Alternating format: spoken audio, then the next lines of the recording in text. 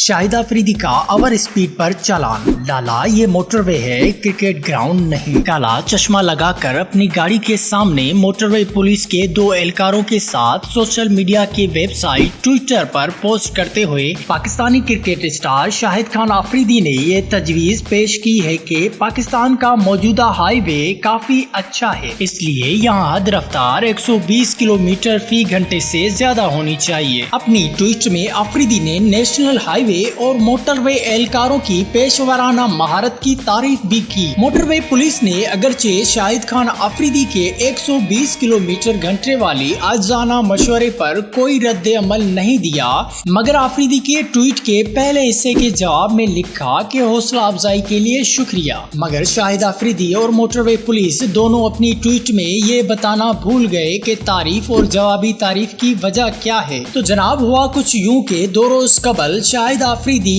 N4 motor وے پر دوران سفر over speed کی وجہ سے اپنا چالان کروا بیٹھے، اور تصویر میں نظر آنے والے اہلکار وہی ہیں جنہوں نے 167 کلومیٹر فی گھنٹہ کی رفتار سے گاڑی بھگانے پر شاہد آفریدی کا چالان کیا تھا۔ پولیس ترجمان کو اگرچہ جرمانے کی رقم کا علم تو نہیں تھا، تاہم ان کا کہنا ہے کہ یہ 2000 کے قریب تھے۔ اپنی ٹویٹ میں شاہد آفریدی نے ٹریفک قوانین کی خلاف ورزی پر معذرت بالکل نہیں کی، اور یہی بات چند صارفین کو کچھ بھائی نہیں۔ ایسی انفارمیٹو ویڈیو کے لیے ہمارا YouTube چینل سبسکرائب کریں تاکہ ہماری حوصلہ افزائی ہو سکے۔ Press the bell icon. ملیں گے کسی اور ویڈیو میں۔